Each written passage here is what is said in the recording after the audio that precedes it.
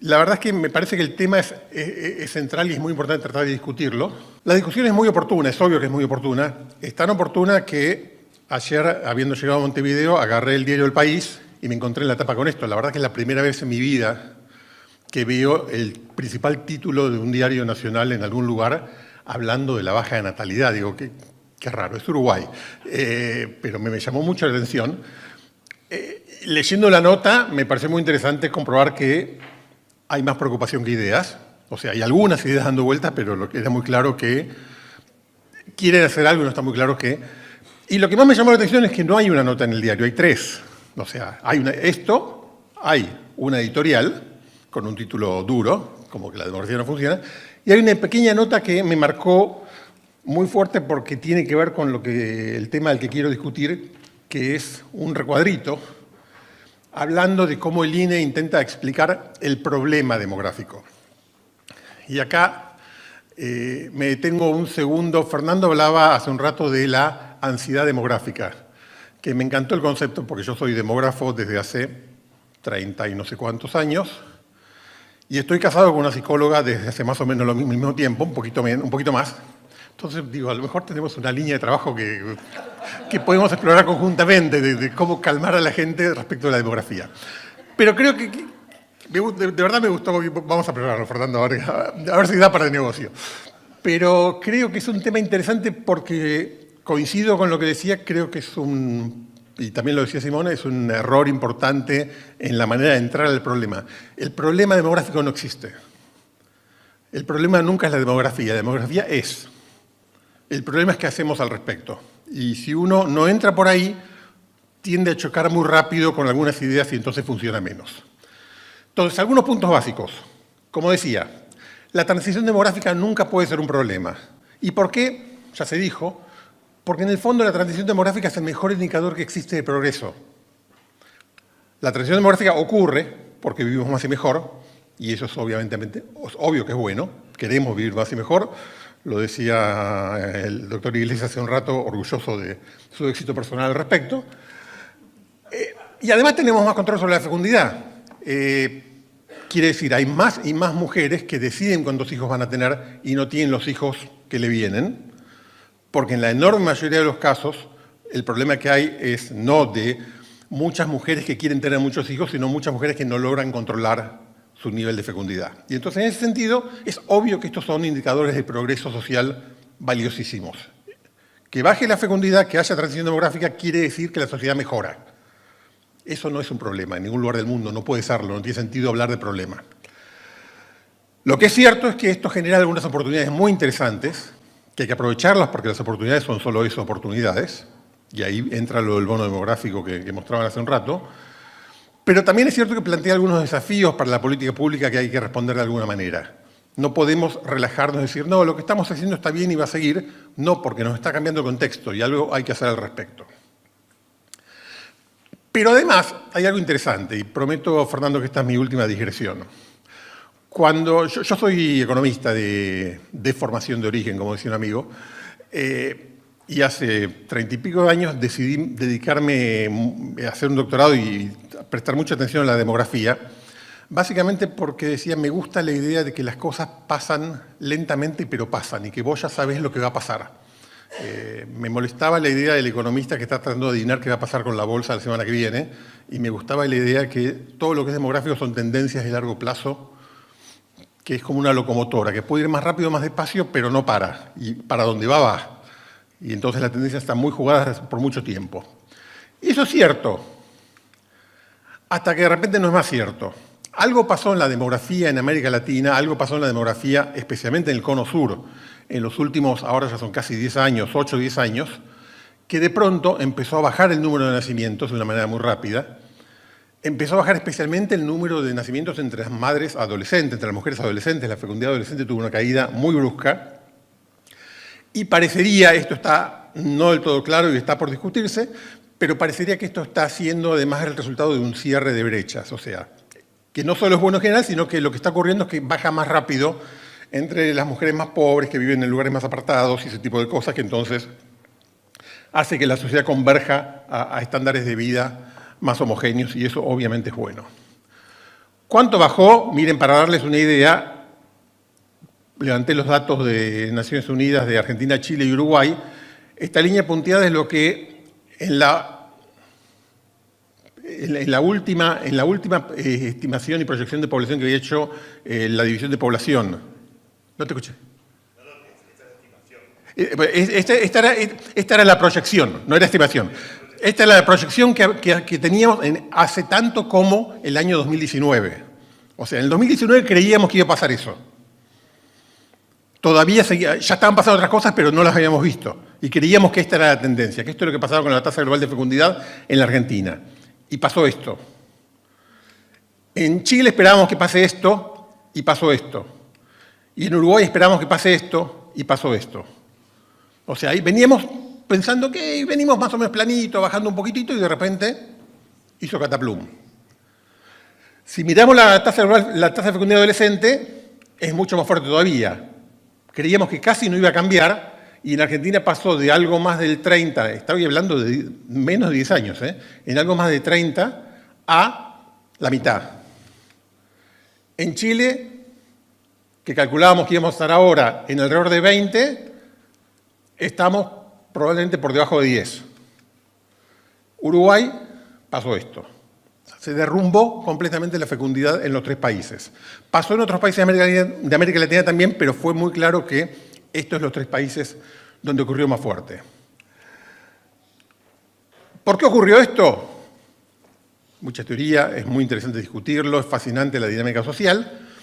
Es bastante claro que más allá de los factores sociales que son centrales y los factores culturales, apareció una tecnología nueva que son los dispositivos subcutáneos, subdérmicos de contracepción, que funcionaron, los chips, como le dicen los chicos, y funcionaron muy bien y se adaptaron muy masivamente y respondieron a una demanda que existía y que no estaba operando. Entonces, en ese sentido, esto pasó, esto es bueno, esto es un golazo en términos de progreso social, de vuelta.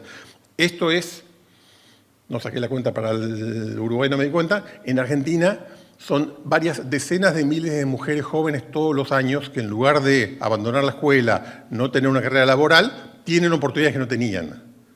Son decenas de miles todos los años, esa es la escala. Son estadios de fútbol completos cada año. Por supuesto, eso afecta la transición demográfica, eso afecta nuestras predicciones sobre qué va a pasar con el bono, eso afecta cómo hay que responder a esto. ¿Cómo lo afecta? Esto es lo que esperábamos que pase en Argentina, que veníamos en medio del ciclo, esto es la tasa de dependencia, cuánta gente menor de 15 y mayor de 65 hay respecto de la población entre 15 y 64. Y lo que veíamos es que en Argentina venía bajando suavemente y esperábamos que en el 2040 ya empiece a recuperarse, o sea, que se acabe ahí la etapa del bono demográfico. Con el cambio, esperamos que pase esto. O sea, el bono se va a profundizar, va a ser más fuerte, pero va a ser un poquito antes. Y ojo que después tenemos un problema, porque después el envejecimiento va a ser más rápido. Chile no es exactamente igual, porque como en Chile ya habíamos pasado el punto más bajo del bono, todo lo que queda es el envejecimiento posterior. Y Uruguay es parecido a la Argentina, ya estábamos casi en la etapa, estamos entrando en este momento en la etapa creciente del proceso, y lo que ocurrió básicamente fue que se prolonga y se profundiza un poquito el bono, y tenemos ahora los mejores años de bono de aquí a los próximos 5 o 10 años, pero nuevamente después va a haber un envejecimiento que va a ser más rápido del que estábamos esperando.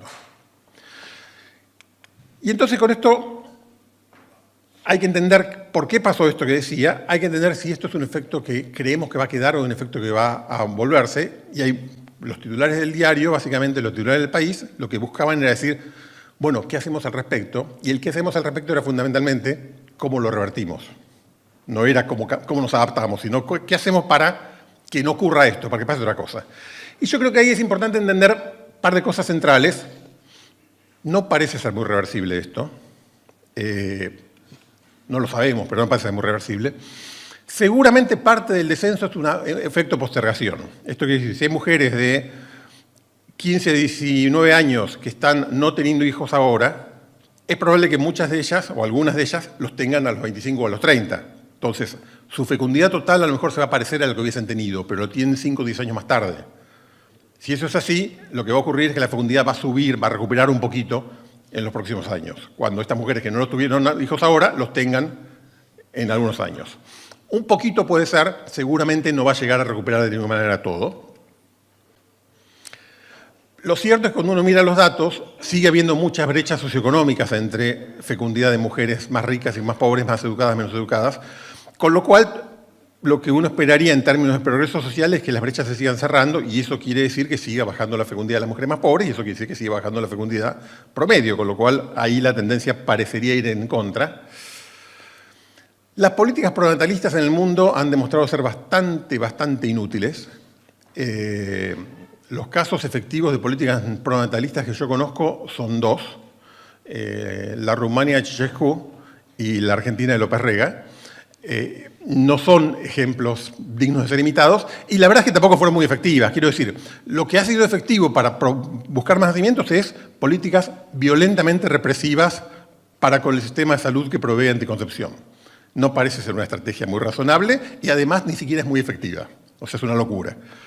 Sí hay espacio para... ¿Lo puse acá? Sí. Perdón.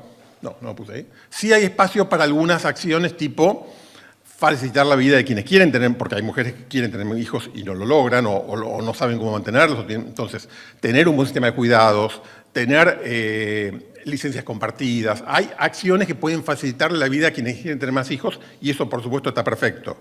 Pero hay que entender que eso no tiende a revertir la tendencia que veíamos antes y a disparar la fecundidad hacia arriba de vuelta. Simplemente equilibra un poquito el juego y la población tiende a equilibrarse alrededor de eso. El tema de la migración a mí me parece poco comprable. Quiero decir con esto, puede ocurrir y hay países en el mundo que han tenido migración muy masiva. En nuestros países, yo lo que no entiendo del argumento de la migración es migración de dónde. Porque quiero decir, tenemos Venezuela. Espero que no tengamos mucha Venezuela. Venezuela tiene mucha migración por la catástrofe política, no por una dinámica sociodemográfica o económica. Me acuerdo hace algunos años acá alguna discusión de que había que promover la inmigración de Paraguay. En alguna discusión dijo, no, bueno, está Paraguay. Pero Paraguay la fecundidad está bajando muchísimo también, con lo cual no sobran muchos paraguayos. Alguien se quedó con la idea del Paraguay de los años 70, pero la realidad es que Paraguay crece la economía, la población también se achica, con lo cual no parecería haber mucho espacio para mucha migración. Un país como Uruguay, que es relativamente chiquito, puede ser que tenga más oportunidades de que conseguir un poquito de migración de algún lado, los números cierren. Pero es claramente, creo, algo de corto plazo y como sí se comprueba en todos lados, en cuanto llegan inmigrantes a un país tienden a adaptarse muy rápidamente a la lógica cultural y social del país al que llegan, con lo cual adoptan las mismas tasas de fecundidad que están presentes en el país, con lo cual el efecto solamente de muy corto plazo sobre el stock. No parece que esta sea una solución muy de fondo. Ahora, por otro lado, como insistía, esto no es malo, esto es bueno. Entonces lo que hay que hacer es aprovecharlo. Hay oportunidades que se generan ahora que son absolutamente maravillosas y que hay que estar atento. Especialmente porque, insisto, son oportunidades, no son logros. Para que sean logros hay que hacer cosas al respecto. Cuando uno piensa, lamentablemente se nos fue el doctor Iglesias, pero cuando uno piensa por qué, qué es lo que nos preocupa en términos de desarrollo en nuestros países, básicamente el principal problema que tenemos es la productividad de empleo. En lo que somos distintos de Alemania es que somos mucho menos productivos. Hay un montón de cosas distintas. Ellos tienen frío que hace calor, pero claramente hay una diferencia central en cuanto a nuestro modelo de desarrollo y es que ellos son muchísimo más productivos que nosotros. Y digo Alemania, los países más desarrollados en general. Esa es la diferencia muy grande. Entonces lo que hay que encontrar son mecanismos para resolver eso. El problema, y esto es algo que cuesta pensarlo porque estamos muy acostumbrados a pensar en otros términos, no es que tenemos pocos trabajadores, es que los trabajadores que tenemos tienen poco capital humano. Es que los trabajadores que tenemos son poco productivos. Si cada uno de nuestros trabajadores pudiera producir el doble, ¿qué me importa que envejezca? ¿Qué me importa que se achique la población? La regla central de cualquier de esta discusión es que lo que uno quiere en el mediano y largo plazo es que el Producto Bruto Per Cápita aumente. Eso quiere decir que cada uno de nosotros somos un poco más ricos, podemos consumir un poquito más. Hay que distribuirlo después, si no es menor ese detalle, pero quiero decir, si hay más, después la discusión de la distribución es más fácil. Si no hay más, la discusión de la distribución es imposible. Para eso lo que hace falta es que cada uno produzca más y que cuando la población en edad activa se achica, tiene que producir bastante más. Para eso tiene que aumentar la productividad. Ahora, por primera vez en la historia, el número de niños que están ingresando a la escuela básica va a disminuir. En realidad está mal escrito eso. El número de niños ingresados a la educación básica disminuyó. Este año en Uruguay, este año en Argentina, entran en los años de educación inicial menos chicos que el año pasado. Ahí hay tres respuestas posibles. Una es decir, mirá qué bien, y no hacer nada, vamos a tener un problema. Otra es decir, mirá qué bien, cerremos escuelas, porque total no hacen falta, y vamos a tener un problema. Otra, que es la que creo que adoptar, es decir, mirá qué bien, tenemos más recursos por alumno, usémoslos, repensemos el sistema, aprovechemos ahora, saquemos docentes de las escuelas y formémoslos porque no hace falta tener tantos docentes al frente. Hagamos aulas con menos niños para que hay un montón de cosas que se pueden trabajar. Yo no soy experto en educación, pero te genera una oportunidad. Obviamente tenés más recursos físicos, más recursos financieros, más recursos humanos para educar a una cantidad de niños. Eso debería redundar en oportunidades de hacerlo mejor. Si no hacemos nada, será una oportunidad. El dato, para dejarlo concretamente, en el 2024 en Uruguay van a ingresar a la educación inicial un 25% menos de niños que hace 4 años. O sea, no es una pequeña baja, baja un 25%. En Argentina es un 30%. O sea, ese es el orden de magnitud de cuánto está bajando la demanda de educación en cantidades, pero no en calidad. Y entonces hace falta usar estos recursos excedentes para cerrar esas brechas. Porque si seguimos con problemas de calidad, vamos a seguir el mismo problema y no vamos a tener el problema de la productividad. Pero también hay desafíos. El desafío central es que hay políticas públicas que están muy asociadas a la dinámica demográfica y no tiene ningún sentido pensar para el año 2050 diseños políticos, diseños institucionales pensados para 1950. Son dos universos distintos, hay que adaptarse. Si no me adapto, tengo un problema. E insisto con esto, el problema no es de la demografía, el problema es de la institución y la política que no reconoce que hay otra demografía. Un factor central es el envejecimiento poblacional. El envejecimiento va a impactar sobre el mercado laboral sin ninguna duda, obviamente impacta sobre jubilaciones, probablemente impacta sobre servicios de salud y cuidados. Darles una idea de qué estamos hablando. Esta es la expectativa de vida de los 60 años. O sea, ¿cuánto una persona espera vivir una vez que cumplió los 60 años? En 1950 en Argentina estábamos un poquito por debajo de 15, en el 2100 esperamos estar en cerca de 30. Eso es Chile y eso es Uruguay. Las pendientes son un poquito distintas por algunas discusiones de calidad de políticas, pero más o menos en los tres países pasa lo mismo. El piquito feo que ven ahí es la pandemia. Pero lo que estoy diciendo es, la gente a los 60 años, en el 2100, va a vivir el doble de lo que vivía en 1950. No podemos pretender que las políticas que tenemos sean las mismas cuando estamos hablando de políticas orientadas a la población adulta mayor, porque entonces vamos a tener un problema. Además de esto, hay muchas discusiones, no está claro que sea así, pero es posible que haya un efecto. La fuerza de trabajo mayor, la fuerza de trabajo más vieja, tiende a ser menos innovadora. Digo, la innovación viene con gente nueva, con nuevas ideas, con gente. Si la población, la gente que trabaja todos los días va envejeciendo y hace lo mismo durante mucho tiempo, hay una cierta tendencia, un cierto riesgo a que esa fuerza de trabajo sea menos innovadora y entonces ahí hay un desafío más importante de buscar mecanismos para contrarrestar esto. En principio, la población en edad activa debería tender a decaer, por lo que decía antes, porque va a haber cada vez más población adulta mayor que por suerte no se muere. Y eso es especialmente cierto en el sistema previsional, donde esta creciente proporción de adultos mayores va a generar presión fiscal si no cambiamos nada. Y ahí hay un desafío al que hay que responder de alguna manera. En salud no es tan claro porque depende cuán saludable sea el envejecimiento. Quiero decir con esto, podemos tener mucha gente de 90 años, pero si la gente de 90 años tiene una salud similar a la que tenían hace 50 años, los de 60, entonces estamos bien. El problema es con cuán saludablemente se envejece. Y de vuelta, eso no hay una respuesta clara, no es obvio qué es lo que va a pasar. Hay muchas discusiones y hay mucha discusión de cómo lograr que la gente envejezca más saludablemente y qué se puede hacer al respecto. Y la demanda de cuidados seguramente va a aumentar fuerte y ahí hace falta definitivamente tener alguna estrategia para responder a esa demanda. Entonces, estas cosas van a pasar. Lo que uno tiene que hacer entonces no es combatir el envejecimiento, es adaptar las políticas diseñadas para esto a una realidad distinta. Porque eso es lo que tenemos y lo que podemos hacer. Para ir cerrando la discusión, ¿cómo se responde a todo esto? Desde un punto de vista macro, desde un punto de vista de pensar cuál es la estrategia, Hay tres respuestas centrales que hay que tener en cuenta. Son productividad, productividad y productividad. O sea, si no logramos duplicar la productividad que tienen los trabajadores en general en nuestros países en las próximas décadas, estamos en el horno. Porque después nos agarra la cola del envejecimiento acelerado.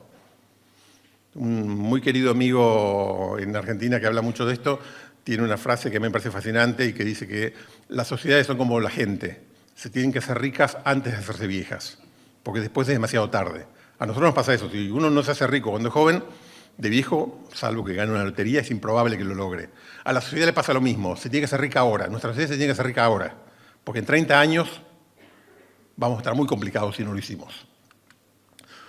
¿Cómo hacemos eso? Fundamentalmente hay que dejar de desperdiciar capital humano. Tenemos gente, pero no la aprovechamos. ¿Por qué no la aprovechamos? Vuelvo a lo que decía hace un rato. Primero porque tenemos problemas gravísimos en el sistema educativo. Tenemos un problema de terminalidad. En Uruguay, me consta, es una catástrofe. La cantidad el porcentaje de jóvenes que terminan la educación secundaria es escandalosamente bajo. Y hay que saber al respecto. Pero además tenemos un problema de calidad. Y tenemos un problema que se discute poco, pero que yo creo que es muy importante, que tenemos un problema de pertinencia. ¿Qué se enseña? O sea, tenemos que los niños vayan a la escuela, que se les enseñe bien y además, ¿qué es lo que les estamos enseñando? Porque hay muchas cosas que todavía son programas que parecen del siglo XIX. Y entonces, para eso los niños van a la escuela, parte del abandono tiene que ver con eso, se genera un encadenamiento bastante complicado. Hay un desafío con la participación laboral de las mujeres, que es baja, que viene creciendo, pero no tan rápido como debería. Seguramente la baja de la fecundidad va a facilitar que suba un poco más rápido, pero lo decía hace un rato, además hay que facilitarlo, hay que tener sistemas de cuidados que respondan a las demandas, hay que tener reglas más claras de tratamiento equitativo en el mercado de trabajo para que no haya discriminación, hay que tener el tema de licencias compartidas, hay políticas que se pueden tomar, que se pueden adoptar, que ayuden a que esto sea más fácil. No para obligar a las mujeres a que trabajen, para facilitarles la vida a aquellas que quieren trabajar. Hay que trabajar sobre la edad de retiro del mercado de trabajo, la edad jubilatoria. Y acá creo que es importante entender, pensando en el gráfico que les mostraba antes de la expectativa de vida a los 60 años, la idea de que una persona, pienso en los valores de Uruguay hasta antes de la reforma, pero en otros países no son tan distintos, que una persona a los 60 años es vieja y no puede trabajar, a esta altura de la vida es casi ofensiva, digo, es una tontería. Y la razón por la que eso es una tontería ahora y no era una tontería hace 30, 40 años, tiene que ver con dos fenómenos que ocurren al mismo tiempo. Uno es que nuestras condiciones de salud mejoran, y entonces alguien de 60 años como yo es muy joven, pero lo otro tiene que ver con que las demandas laborales también cambian. La gente no está en el puerto cargando bolsas todo el día. La mayoría de la gente está sentada frente a una computadora. Hay obviamente mucha heterogeneidad en los trabajos, pero cada vez los trabajos en promedio demandan menos esfuerzo físico y entonces el concepto de envejecimiento para con el trabajo tiene que ir cambiando, porque estamos hablando de otra cosa. Pero eso no lo podés resolver o no alcanza, no sirve, no es lo suficiente resolverlo, diciendo, bueno, a partir de mañana todo el mundo se jubila con 61, 62, 68 o 97 años, lo que fuera. Primero porque tiene un costo político, ahí está Rodolfo Saldain que les contará de las discusiones que han tenido acá, bueno, ustedes las conocen mejor que yo, pero digo, son debates políticos muy complicados, muy costosos, muy difíciles de llevar porque la gente siente que le están atacando personalmente. Pero además porque lo que en el fondo nos preocupa de verdad no es la edad legal mínima de retiro, sino es la edad efectiva, a qué edad se va la gente efectivamente. Por supuesto, si corre la mínima, se debería correr la efectiva también. Pero creo que hay que poner mucho esfuerzo en pensar mecanismos que ayuden a que la efectiva se corra más rápido aún. Es decir, darle a la gente incentivos para que se queden y darle a la gente facilidades para que se queden. Yo he hecho muchas participaciones en reuniones de congresos de gerontología, donde me desconcierta un poquito porque yo vengo con el speech economista estándar y ahí la queja es, no nos dejan seguir trabajando. O sea, me expulsan del mercado de trabajo y yo quiero seguir trabajando. Y es verdad, tenemos normativas que tienden a expulsar a los mayores del mercado de trabajo. Es muy difícil trabajar part-time, es muy difícil trabajar menos horas o con menos responsabilidades. No tenemos mecanismos que faciliten transiciones más largas y entonces terminamos echando a la gente cuando en el fondo necesitamos que se queden, no solo porque es su derecho, sino porque nos hace falta más capital humano produciendo más. Hay que modernizar instituciones y reglas, y esto es todo lo que decía hace un rato, de que no podemos seguir trabajando con reglas de finales del siglo XIX, principios del siglo XX, a mediados del siglo XXI. Y hay que adoptar tecnología, porque la tecnología es básicamente productividad. Tendemos a ser muy desconfiados de la tecnología, nos preocupa que la tecnología destruya empleo y entonces hay mucha reacción defensiva hacia eso. Creo que lo que tenemos que entender es que lo que viene no es un problema de destrucción de empleo, lo que viene es un problema de escasez de trabajadores. Entonces la tecnología nos ayuda a solucionar ese problema, no lo complica. De vuelta, después hay que entender que no todo se corrige al mismo tiempo y que una tecnología puede destruir empleo en un lugar y la demanda puede estar en otro y que los trabajadores no pasan automáticamente porque no tienen esa habilidad. Hay que resolverlo ese tema, hay que discutirlo y hay que pensar cómo se hace. No es dejar que ocurra, pero hay que aprovecharlo y hay que aprovecharlo estratégicamente para que eso pueda ocurrir.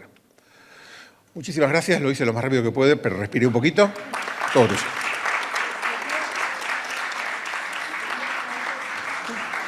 Ahí me escuchan, que se quede unos minutos, así abrimos a preguntas. ¿Alguien interesado en hacer una consulta? Sabemos que hay juventudes de los partidos políticos, es el momento para aprovechar a hacer consultas. ¿Están vergonzosos? Hablen ahora que se para siempre. Sí, porque si no después se nos va la Argentina. Ah, por allí, muy bien. Ahí No, bueno, tenemos sí. una mujer que se anima, muy bien.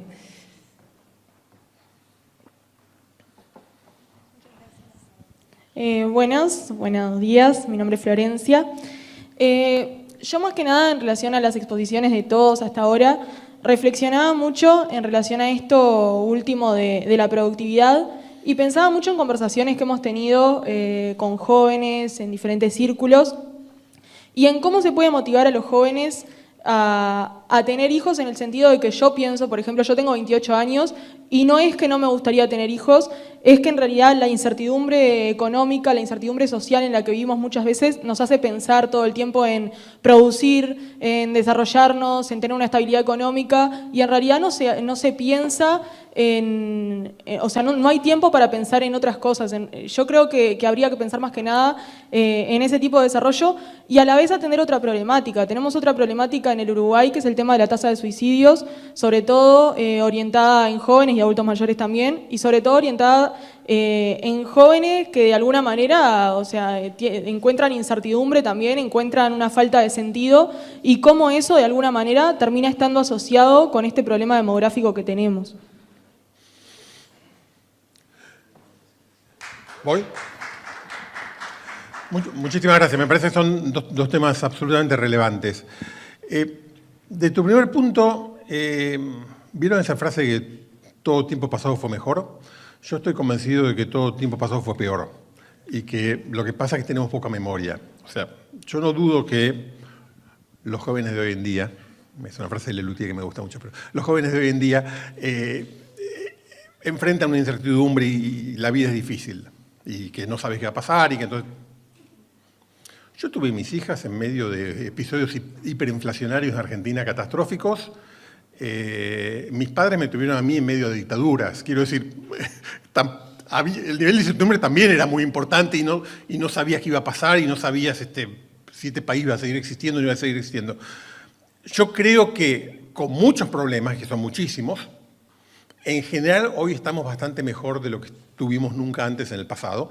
E insisto que buena parte de los indicadores sociales que vemos, al final del día, son el resultado de eso.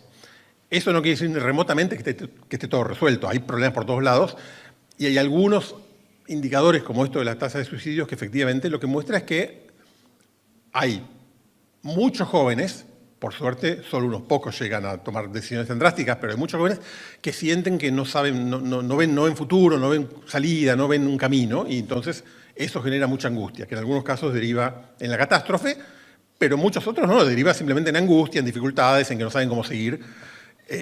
Y no dudo que es muy difícil. Y creo que, insisto con eso, hay que trabajar en hacerlo más fácil. Parte del trabajo en hacerlo más fácil, desde la cosa más macro general que es fácil decir, es que el sistema educativo tiene que ser mejor. Te tiene que dar más herramientas para que cuando terminás la escuela obligatoria tengas una sensación de que tenés herramientas para defenderte la vida y cómo seguir y que no tengas la angustia de...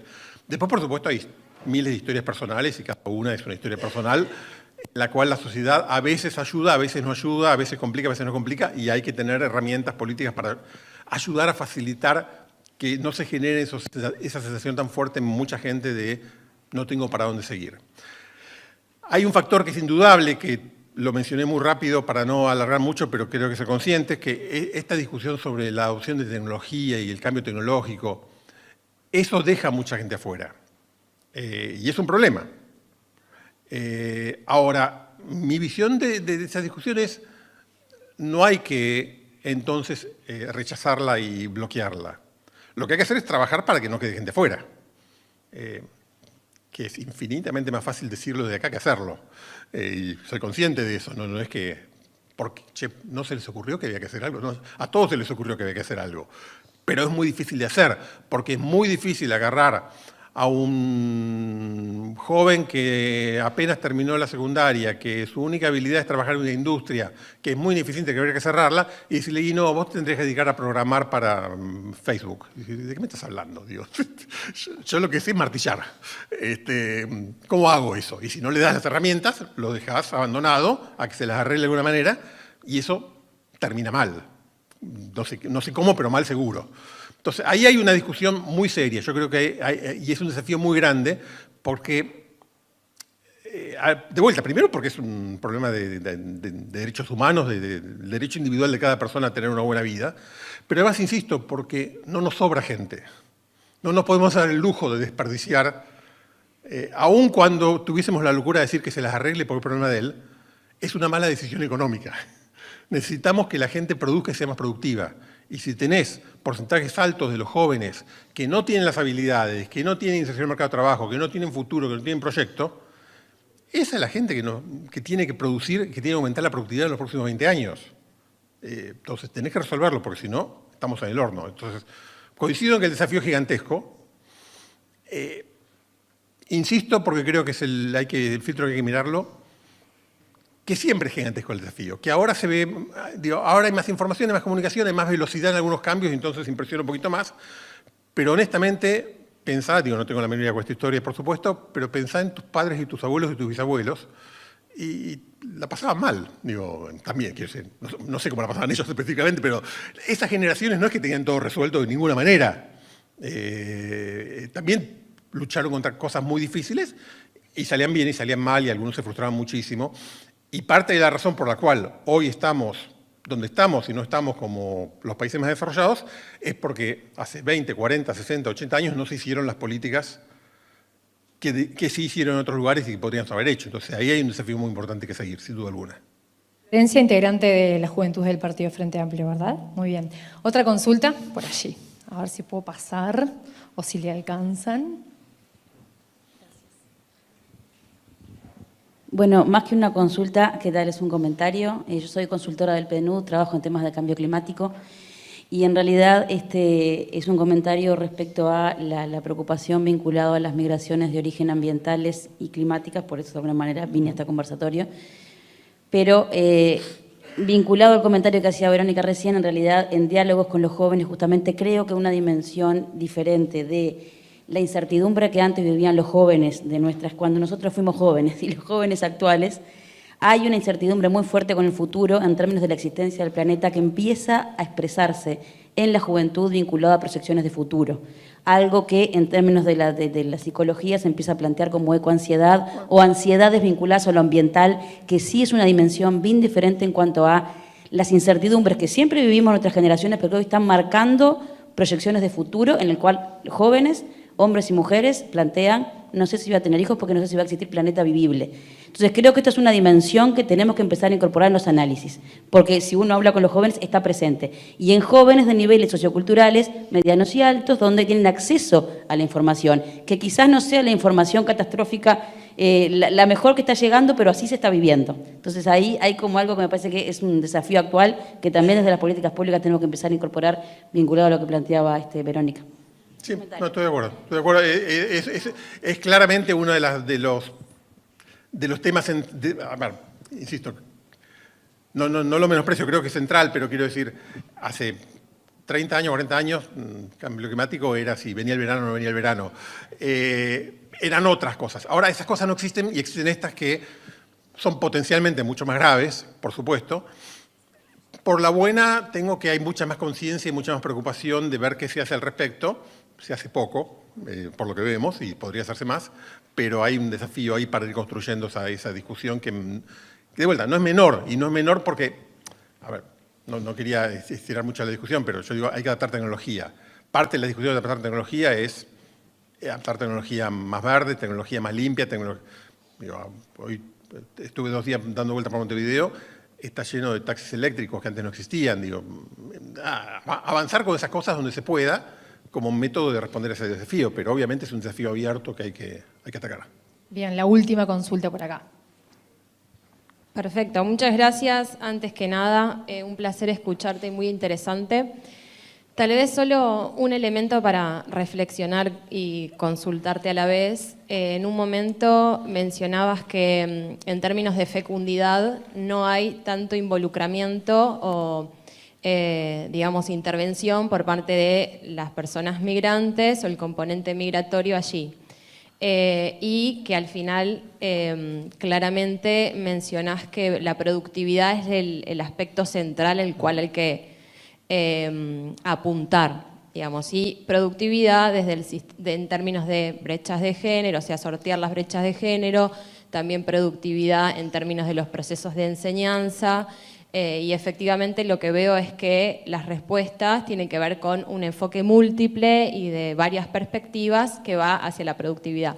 Entonces, nada, simplemente coincidir que en términos de fecundidad, aspectos migratorios no tiene tal intervención porque, como dijo, las personas migrantes tienden a integrarse a las dinámicas de la comunidad que la acoge, pero sí creo que hay una fuerte intervención, influencia en términos de productividad. Entonces, respecto a las personas, a la perspectiva migratoria, porque para el caso de Uruguay, por ejemplo, los flujos migratorios, el censo arrojó que fueron 61.000 personas migrantes del último periodo analizado y se conoce, digamos, que de esas 61.000 personas en general tienen niveles o trayectorias educativas amplias, significativas, por lo cual en términos de productividad efectivamente creemos que hay un fuerte involucramiento e incidencia desde esa perspectiva. De acuerdo, con un punto a tener en cuenta. Es cierto lo que decís, pero tiene que ver fundamentalmente con Venezuela, que espero, toco madera, no es un fenómeno normal y que se sostenga en el tiempo. Venezuela expulsó a su población más educada y entonces América Latina se llenó de venezolanos educados. Bienvenido sea para la economía uruguaya, pero pasó por la catástrofe política venezolana. En general los migrantes no son los de más altos niveles de educación y de ingresos, porque esos no migran porque están cómodos donde están. Entonces, en general en el mundo los migrantes tienden a tener un poco de menos capital humano que la gente residente en el país al que llegan. En los últimos años hubo este fenómeno muy especial con los venezolanos que no creo que dure mucho ni se replique porque, por un lado, en Venezuela como que ya se agotó, ya se fueron todos los que se iban a ir, y no, espero que no haya en otro país un fenómeno parecido que genere lo mismo, porque me preocuparía mucho más la catástrofe social y política de ese país que la ventaja comparativa. Pero dicho eso, hay una dinámica en la cual, de todas maneras, ya no existe más en América Latina la idea de, salvo algún bolso muy pequeño, de vuelta, como era en los años 50, 60, 70 del siglo pasado, los campesinos paraguayos que viajaban a la Argentina, Uruguay y Chile a vivir mejor. Porque no hay más campesinos paraguayos pobres, por supuesto que hay, pero muchísimo menos porque los paraguayos tienen el mismo nivel de educación que tienen los uruguayos. Entonces ya no existe más aquel modelo de la migración masiva a tratar de sobrevivir en otro lado. Y además nacen menos, y además hay demanda laboral, y además hay buena educación, y entonces seguramente la mayoría de ellos se van a quedar en Paraguay. Y por suerte, porque es muy bueno para la sociedad paraguaya. Pero es parte de las cosas que hay que entender, hay que discutir, hay que pensar cómo resolverlas. Rafael Rothman, experto en seguridad social argentino, gracias. Un aplauso para él, por favor.